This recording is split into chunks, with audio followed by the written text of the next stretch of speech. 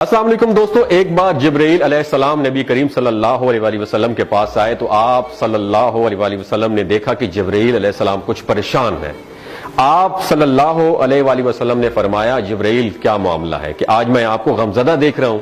تو جبرائیل علیہ السلام نے عرض کی اے محبوب، کل میں اللہ پاک کے حکم سے جہنم کا نظارہ کر کے آیا ہوں، اس کو دیکھنے سے مجھ پہ غم کے آثار نمودار ہو رہے ہیں۔ نبی کریم صلی اللہ علیہ وسلم نے فرمایا کہ جبرائیل مجھے بھی جہنم کے حالات بتاؤ۔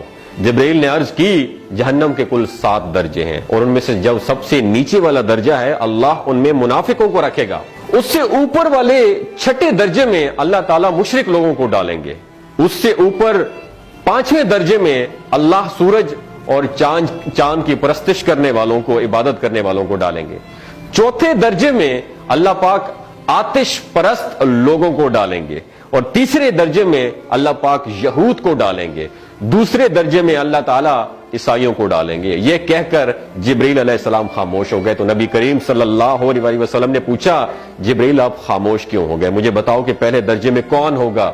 جبرائیل علیہ السلام نے عرض کیا کہ اے اللہ کے رسول، پہلے درجے میں اللہ پاک آپ کی امت کے گناہگاروں کو ڈالیں گے۔ جب نبی کریم صلی اللہ علیہ وسلم نے سنا کہ میری امت کو بھی جہنم میں ڈالا جائے گا تو آپ بے حد غمگین ہو گئے اور آپ نے اللہ کے حضور دعائیں کرنا شروع کر دی۔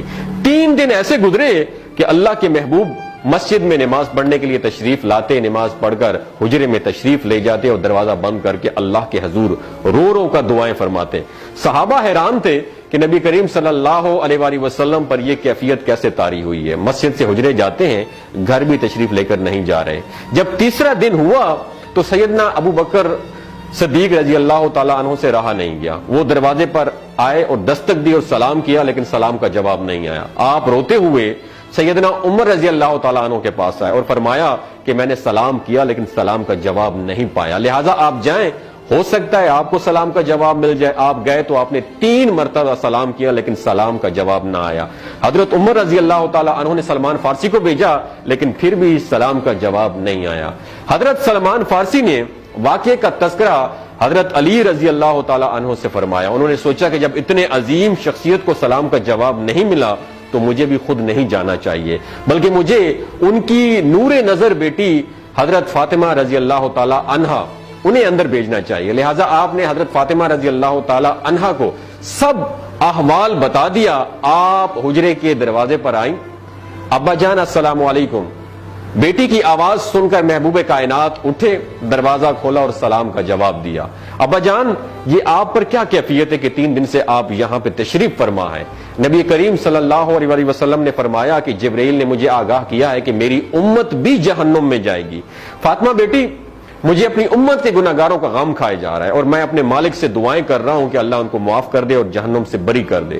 اور یہ کہہ کر پھر آپ سجدے میں چلے گئے، رونا شروع کر دیا، یا اللہ میری امت کے گناہگاروں پر رحم کر، ان کو جہنم سے آزاد کر کے اتنے میں حکم آ گیا وَلَسَوْفَ يُعْطِيكَ رَبُّكَ فَتَرْضَىٰ، اے میرے محبوب غم نہ کر، میں تم کو اتنا عطا کروں گا کہ آپ راضی ہو جائیں گے۔ آپ خوشی سے کھل اٹھے اور فرمایا کہ لوگوں، اللہ نے مجھ سے وعدہ کر لیا ہے کہ روز قیامت مجھے میری امت کے معاملے میں خوب راضی کرے گا، اور میں اس وقت تک راضی نہیں ہوں گا جب تک میرا آخری امتی بھی جنت میں نہ چلا جائے۔ بولتے ہوئے آنکھوں سے آنسو آنا شروع ہو جاتے ہیں بندے کے، جب بندہ سوچتا ہے کہ ہمارا نبی صلی اللہ علیہ وسلم اتنا شفیق اور غم محسوس کرنے والا ہے اور بدلے میں ہم نے ان کو کیا دیا۔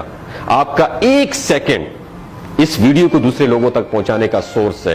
میری آپ سے عاجزانہ اپیل ہے کہ لا حاصل اور بے مقصد پوسٹیں ہم شیئر کرتے رہتے ہیں، لیکن آج اپنے نبی کی رحمت کا یہ پہلو کہیں ہم سے مس نہ ہو جائے۔